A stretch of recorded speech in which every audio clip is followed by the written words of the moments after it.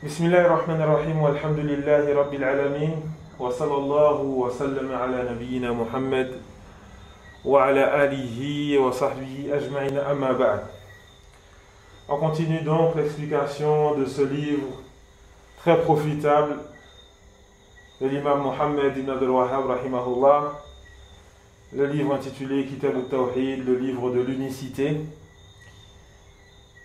On est arrivé au chapitre Babun man tabarraka bi shajarin aw hajarin aw nahwihima.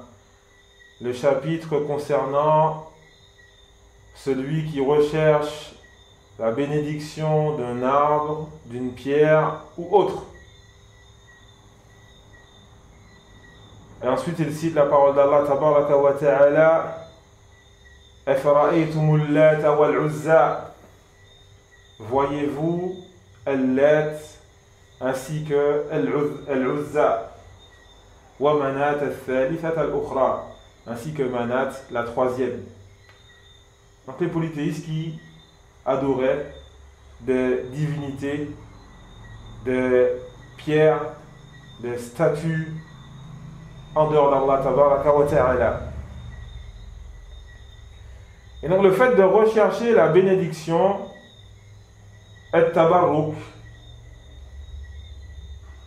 Il faut savoir que il se peut que cet acte soit légiféré ou non légiféré. Tu peux rechercher la bénédiction d'Allah Tabaraka wa Ta'ala en lisant le livre d'Allah. Allah Azza wa Jalla qui nous dit: Kitabun anzalnahu ilayka mubarak. Et donc un livre que nous avons fait descendre sur toi, qui est béni. Et donc tu recherches la bénédiction d'Allah tabaraka wa ta'ala en lisant son livre, en cherchant à méditer sur l'essence de la parole d'Allah tabaraka wa ta'ala. Il y a une bénédiction qui n'est pas légiférée. C'est-à-dire la bénédiction, la recherche de la bénédiction, comme le faisaient les polythéistes. Lorsqu'ils recherchaient la bénédiction chez leurs divinités, leurs idoles. La personne va avoir la ferme croyance que cette idole a la capacité d'entraîner un bien ou de protéger d'un mal.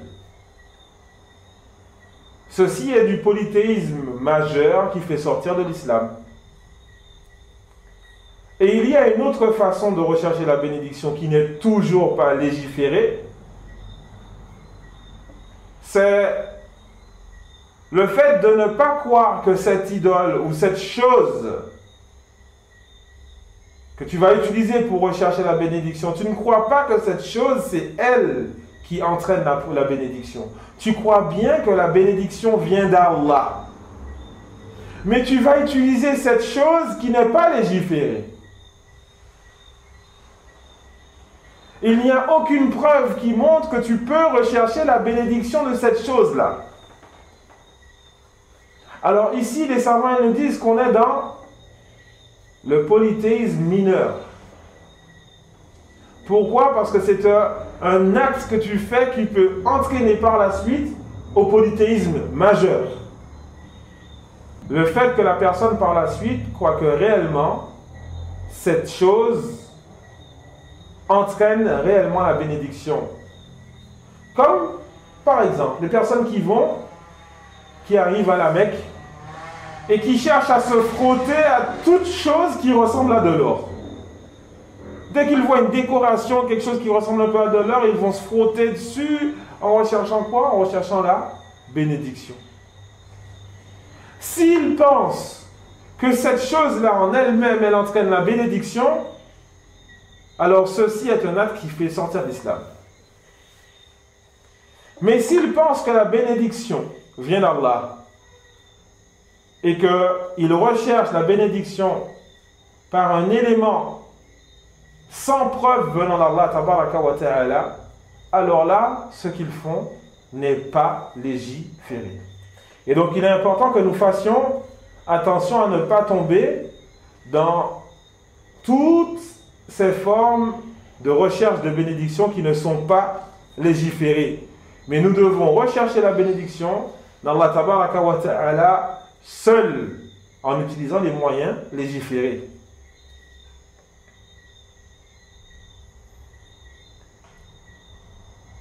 Et donc à partir de là, on comprend donc le chapitre, ce que l'auteur il nous montre ici, il nous montre une forme de polythéisme. Et ensuite l'auteur il a utilisé le verset qu'on a cité tout à l'heure. Et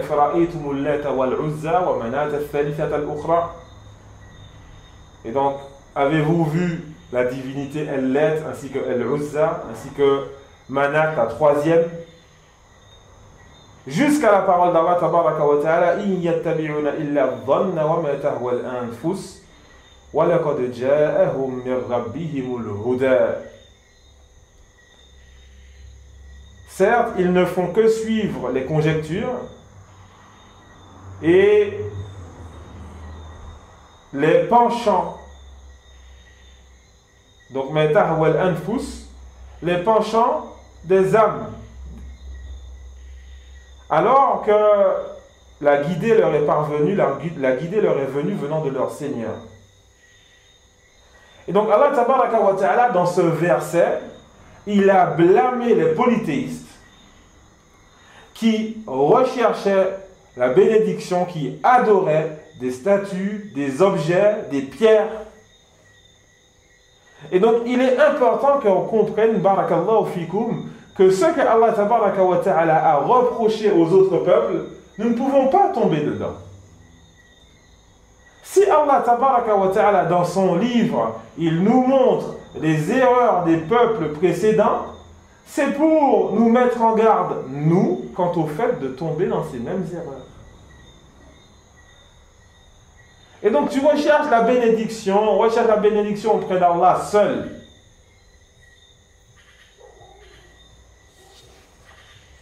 Ensuite, l'auteur nous cite un hadith. Il nous dit عن أبي واقد الليثي قال خرجنا مع رسول الله صلى الله عليه وسلم إلى حنين ونحن حدثاء عهد بكفر وللمشركين سدرة يعكفون عندها وينوطون بها أسلحتهم يقال لها ذات أنواط فمررنا بسدرة فقلنا يا رسول الله اجعل لنا ذات أنواط كما لهم ذات أنواط. Et donc selon Abi Waqid al-Laythi qui nous dit, nous sommes sortis avec le messager d'Allah sallallahu alayhi wa sallam en direction de Hunayn, alors que nous n'étions convertis que depuis peu. Hudatha ahdin bi kufr, c'est-à-dire qu'ils ont délaissé la mécréance depuis peu.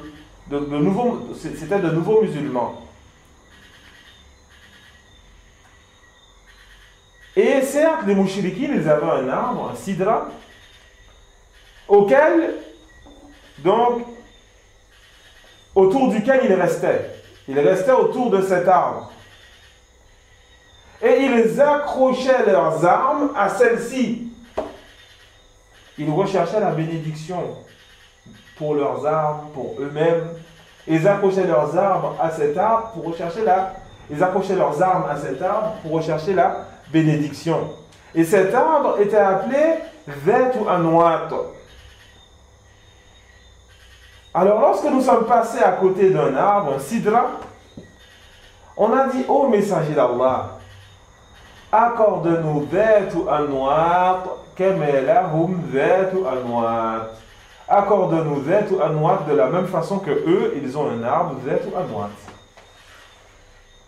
فقال رسول الله صلى الله عليه وسلم الله أكبر. Alors là, le messager d'Allah sallallahu alayhi wa sallam, lorsqu'il a entendu ça, il a dit Allahu Akbar. Allah est plus grand que toute chose. Innaha sunan. Certes, ce sont les voix qui se répètent. Kultum walladhi nafsi biyadi.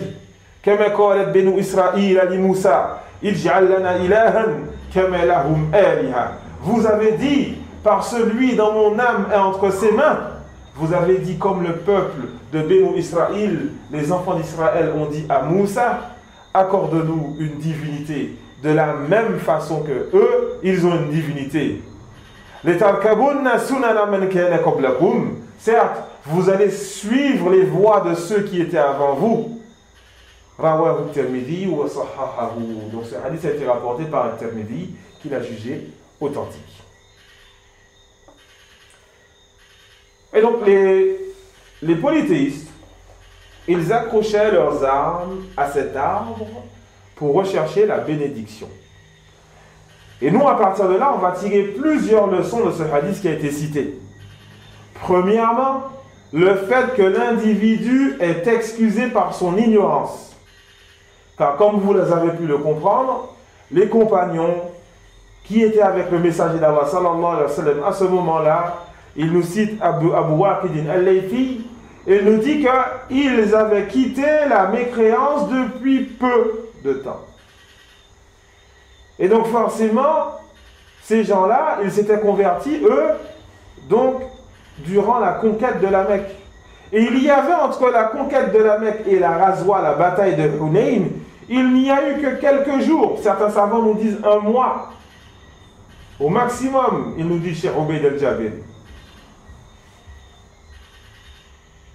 Et donc ces gens-là, forcément, à partir de là, il y avait plusieurs choses de l'islam qu'ils ignoraient, radiallahu anhum, à ce moment-là. Ils ont donc été excusés par leur ignorance. Et donc ce principe, il est important. Nous avons dans notre religion l'excuse de l'ignorance. Une personne qui ne sait pas que ce qu'elle a accompli n'est pas interdit, elle ne sait pas que ce qu'elle a accompli, donc c'est du polythéisme, etc., etc., alors on lui apprend. Et on lui enseigne. Et on ne se précipite pas, ah, un tel c'est un mécréant parce qu'il a fait ci, etc. Notamment nous ici en Martinique. On a des personnes qui ne peuvent aller à la mosquée que le vendredi. Ils ne peuvent aller à la mosquée que le vendredi et qui, même en allant à la mosquée le vendredi, ont du mal à comprendre le discours qui est donné. Et donc il faut qu'on fasse preuve de patience et de miséricorde. Deuxième point qu'on peut tirer de ce hadith, c'est la dureté. Il n'y a pas de contradiction entre le fait d'être miséricordieux, on ne va pas se précipiter en traitant la personne de mécréance, et le fait d'appliquer la dureté lorsqu'on voit une contradiction avec notre législation. Aujourd'hui, parfois, certaines personnes, lorsqu'ils voient une personne qui va leur parler durement, lorsqu'ils ont mal agi, ils vont dire « Ah, lui, il est dur, il est méchant. » Il est dur, il est méchant. Ici, le prophète sallallahu alayhi wa sallam, lorsqu'il a entendu cela, qu'est-ce qu'il a fait? Allahu Akbar. Allah est plus grand que toute chose. Inna as-sunan. Ce sont les voix qui se répètent. Kultum walladhi nafsi biyadi. Kama qalat banu Israël ali Moussa. Vous avez dit par celui dont mon âme est entre les mains, vous avez dit comme les enfants d'Israël ont dit à Moussa. Accorde-nous une divinité de la même façon que eux ils ont une divinité. Ce sont des paroles qui sont dures. Mais c'est exactement ça la sagesse. Aujourd'hui, les gens ne savent plus c'est quoi la sagesse. Ils pensent que être sage, c'est rester là et ne pas parler. Être sage, c'est rester là et ne pas parler, laisser les gens faire n'importe quoi, laisser les gens faire ce qu'ils veulent de la religion d'Allah, et ne pas parler, ils vont te dire c'est ça la sagesse. Il est sage. Pourquoi? Parce qu'il n'a pas parlé. Mais c'est totalement faux. La sagesse, qu'est-ce que c'est que la sagesse? Les savants de l'islam ont défini la sagesse. La sagesse, c'est le fait de mettre les choses à leur place. C'est ça la sagesse. Être dur quand il faut être dur. Si tu es dur à un moment où il ne faut pas être dur,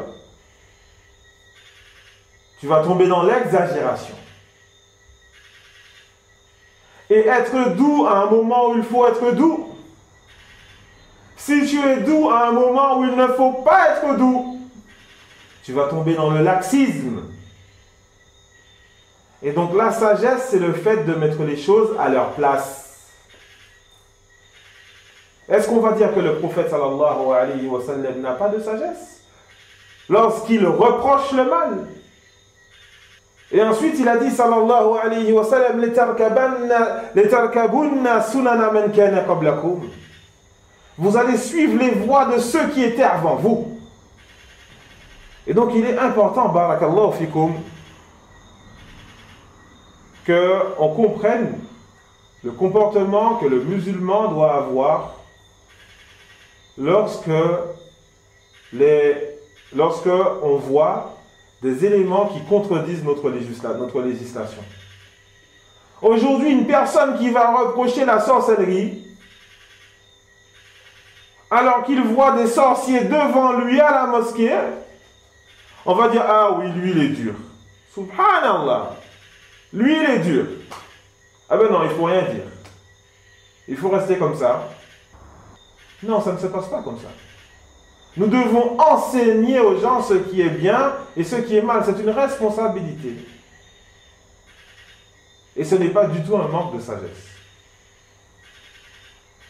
Et le prophète sallallahu alayhi wa sallam dans ce hadith, il nous montre aussi le fait qu'il nous est interdit justement de faire comme les polythéistes. Mais il nous montre que la communauté musulmane va suivre les polythéistes. Hein? Comme on a aujourd'hui des personnes qui nous disent qu'on peut fêter la nouvelle année, le nouvel an avec les polythéistes. On peut fêter Noël. On va suivre les polythéistes dans la façon de parler, la façon de s'habiller, etc., etc. Le prophète sallallahu alayhi wa sallam nous a avertis de cela. Aujourd'hui, même dans la façon d'enterrer les morts. Aujourd'hui, la communauté musulmane, beaucoup de musulmans, ils vont faire comme les chrétiens dans la façon d'enterrer les morts. Laisser le visage découvert, faire un discours, etc., etc. Tout ça, ce n'était pas connu dans les débuts de l'islam.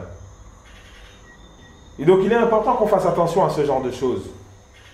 Les savants nous citent aussi parmi les leçons qu'on peut tirer de ce hadith, le fait de défendre la croyance correcte. Le prophète sallallahu alayhi wa sallam n'a pas laissé ses compagnons comme cela. Mais il a défendu la vérité. Il a défendu la croyance. Allahu Akbar. Comme Allah tabaraka wa ta'ala lui a ordonné de faire. Et donc il est important qu'aujourd'hui, les étudiants, les imams, les prédicateurs assument ce rôle important, le fait d'enseigner la religion aux gens. Et parfois, nous allons leur reprocher des choses. Parfois, nous allons leur dire c'est bien. Et parfois, nous allons leur dire non, ce n'est pas comme ça. Et c'est un bien pour la communauté musulmane. Et aussi, parmi les leçons qu'il y a dans ce hadith, le fait que les nominations ne changent pas les choses. Une chose peut changer de nom, mais elle reste mauvaise. Elle reste mauvaise, même si son nom change. Exemple. Aujourd'hui, ils vont nous dire, non, je ne suis pas sorcier, je suis médium. Ils nous disent, je suis médium. Je ne suis pas voyant, je suis médium. On va te dire, tu peux changer 1000 fois de nom. C'est la même. De la même façon que les compagnons, ils ont dit au prophète sallallahu alayhi wa sallam, accorde-nous dhatu anwat. Comme eux, ils ont dhatu anwat. Le prophète, il leur a dit quoi? Par Allah, vous avez dit comme le peuple de Béni Israël, ils ont dit à Moussa. Qu'est-ce qu'ils ont dit Béni Israël à Moussa? Accorde-nous une divinité de la même façon que eux, ils ont une divinité. C'est pareil. Alors que les compagnons, ils n'ont pas dit accorde-nous une divinité. Ils ont dit accorde-nous dhatu anwat. Mais au final, c'est pareil. Parce que le fait de rechercher la bénédiction chez autre qu'Allah revient au fait d'adorer cette chose. Et donc il est important, barakallahu fikoum, de comprendre cela. Que les nominations ne changent pas la réalité des choses. Une innovation reste une innovation. Une tenue interdite reste une tenue interdite. Même si tu l'appelles burkini. Tu peux l'appeler burkini, tu peux l'appeler même sitarkini, tu peux l'appeler comme tu veux, voilkini, comme tu veux. Ça ne change pas le fait que cette tenue n'est pas correcte. Comme ils nous font aujourd'hui avec les musiques islamiques. Musique islamique. Tu peux rajouter islamique 1000 fois derrière si tu veux. Tu ne changes pas le fait que cette musique est interdite. C'est tout. Et autre chose interdite que les gens aujourd'hui veulent faire rentrer dans la législation en rajoutant le mot islam derrière ou sunna ou autre.